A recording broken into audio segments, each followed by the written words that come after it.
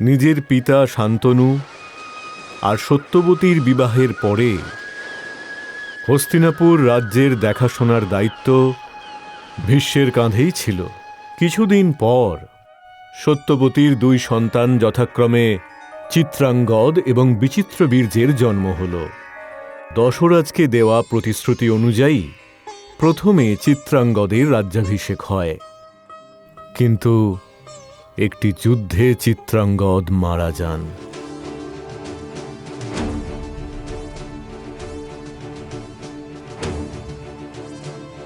তখন মহারানীর দ্বিতীয় পুত্র বিচিত্রবীর্যের রাজ্যাভিষেক সম্পন্ন হয়।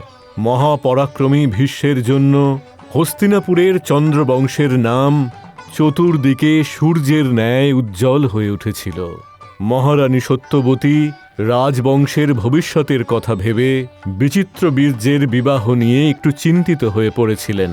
অবশ্যই মাতা, কিন্তু আপনার অবগতির জন্য আমি এটা বলতে চাই যে কাশী নরেশ নিজের তিনজন সুযোগ্য কন্যার অম্বা, অম্বিকা এবং অম্বালিকার বিবাহ হেতু একটি স্বয়ম্বর সভার আয়োজন করেছেন। আমি তাদের বিবাহ মহারাজা বিচিত্রবীর্যের সঙ্গে দেবার জন্য আজই কাশীর উদ্দেশ্যে রওনা হচ্ছি। যখন স্বয়ম্বর সভা আরম্ভ হল, তখন ভীষ্ম সভা মধ্যে উপস্থিত হয়ে সবার উদ্দেশ্যে জানালেন, আমি চন্দ্রবংশী ভীষ্ম এই স্বয়ম্বরে উপস্থিত সমস্ত রাজা, মহারাজা এবং যোদ্ধাদের আহ্বান জানাচ্ছি, যদি কারোর মধ্যে সাহস থাকে তাহলে সে আমার সঙ্গে যুদ্ধ করুক আর এই তিন রাজকুমারীকে বিবাহ করুক। মহাবীর ভীষ্মের এই রণহুঙ্কারে সবাই ভীষণ ভীত হয়ে পড়লেন। কেউই আর অগ্রসর হতে চাইলেন না। নিজের বিজয় নিশ্চিত দেখে ভীষ্ম কাশীর রাজকুমারীদের দিকে অগ্রসর হলেন। ঠিক তখনই শাল্য নরেশ নিজের স্থান থেকে উঠে বললেন, হে হস্তিনাপুরের বীর, আপনার যুদ্ধের আহ্বান আমি স্বীকার করছি। যদি যুদ্ধে আমি পরাজিত হই তাহলে কাশীর তিন রাজকুমারীকে আপনি সঙ্গে নিয়ে যাবেন। শাল্য নরেশের এই কথার পরে ভীষ্ম আর শাল্য নরেশের যুদ্ধ শুরু হল। দুই পক্ষই একে অপরের প্রতি শর নিক্ষেপ করলেন। কিছুক্ষণ ধরে দুজনের মধ্যে ভয়ঙ্কর যুদ্ধ হল। শাল্য নরেশ ভীষ্মের প্রতিটি আক্রমণকে প্রতিহত করছিলেন, কিন্তু ভীষ্ম ছিলেন পৃথিবীর সর্বশ্রেষ্ঠ যোদ্ধা।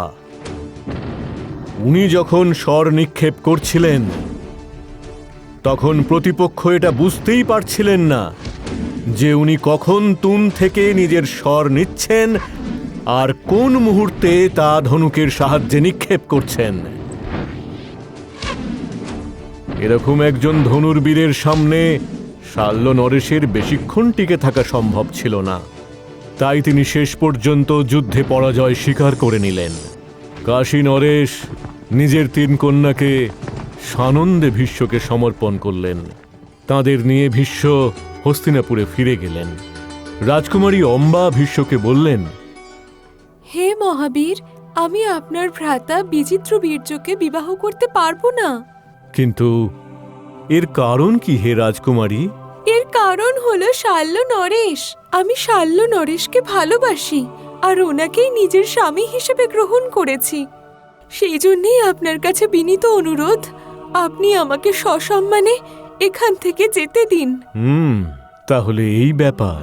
রাজকুমারী, আমি তোমার ইচ্ছার সম্পূর্ণ সম্মান করি আর তোমাকে এই মুহূর্তেই শাল্য দেশে যাওয়ার আজ্ঞা দিচ্ছি। রাজকুমারী অম্বার সঙ্গে যখন শাল্য নরেশের দেখা হলো তখন তার সমস্ত আশা মাটিতে মিশে গেল। হে রাজকুমারী, তোমার ওপর এখন শুধু হস্তিনাপুরের রাজার অধিকার আছে, কারণ স্বয়ম্বরে ভীষ্ম আমাকে যুদ্ধে হারিয়ে তোমায় জিতে নিয়ে গেছে। আমি আর তোমাকে আমার রানী করতে পারবো না। আমার মনে হয় তোমার হস্তিনাপুরে ফিরে যাওয়া উচিত। ভগ্ন হৃদয়ে অম্বা হস্তিনাপুরে ফিরে গেল, কিন্তু মনে মনে ভাবল যে ওর এই দুর্গতির কারণ একমাত্র ভীষ্ম, আর সেই জন্য উনি ভীষ্মকেই বিবাহ করবেন। হে রাজকুমারী, আমি অসহায়। আমি আমার প্রতিজ্ঞা হেতু তোমাকে বিবাহ করতে পারবো না। কিন্তু আমি নিজের প্রতিজ্ঞা ভঙ্গ করতে পারবো না রাজকুমারী। তুমি একটু বোঝার চেষ্টা করো। আমি যদি মহাবীর ভীষ্মের গুরু ঋষি পরশুরামের কাছে অনুরোধ করি, তবে নিশ্চয়ই উনি আমার কথা শুনবেন। অম্বা সেই কথা চিন্তা করে ঋষি পরশুরামের কাছে গেলেন। অম্বার মিনতি শুনে ঋষি পরশুরাম ভীষ্মকে বোঝাতে চাইলেন, কিন্তু তাতে কোনো লাভ হল না। ভীষ্ম নিজের প্রতিজ্ঞায় অটল ছিলেন। ওনার তরফ থেকে না শুনে পরশুরাম অত্যন্ত ক্রুদ্ধ হলেন, আর উনি ভীষ্মকে যুদ্ধে আহ্বান জানালেন। নিজেকে মহাপরাক্রমী ভেবে ভুল করা ভীষ্ম, যদি তুমি এই বিবাহে রাজি না হও তাহলে এসো আমার সঙ্গে যুদ্ধ করো। নিজের গুরু পরশুরামের হুঙ্কার শুনে ভীষ্ম যুদ্ধ করার জন্য প্রস্তুত হলেন। তারপর শুরু হলো দুজনের মধ্যে ভয়ঙ্কর যুদ্ধ।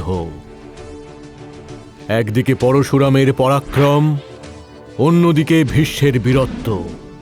এ ছিল দুই সমকক্ষের যুদ্ধ, কারণ দুজনেই ছিলেন মহাপরাক্রমী। ভীষ্ম যখন একটি বাণ নিক্ষেপ করছিলেন, উত্তরে পরশুরাম 3টি বাণ নিক্ষেপ করছিলেন, কিন্তু তার সেই বাণ ভীষ্মের কোনো ক্ষতি করতে পারল না। মহারাজ শান্তনুর দেওয়া বরদান ভীষ্মের সঙ্গে ছিল। ইচ্ছা মৃত্যুর বরদান হেতু পরশুরামের দ্বারা নিক্ষেপ করা বাণ, অস্ত্র সবই ব্যর্থ হল।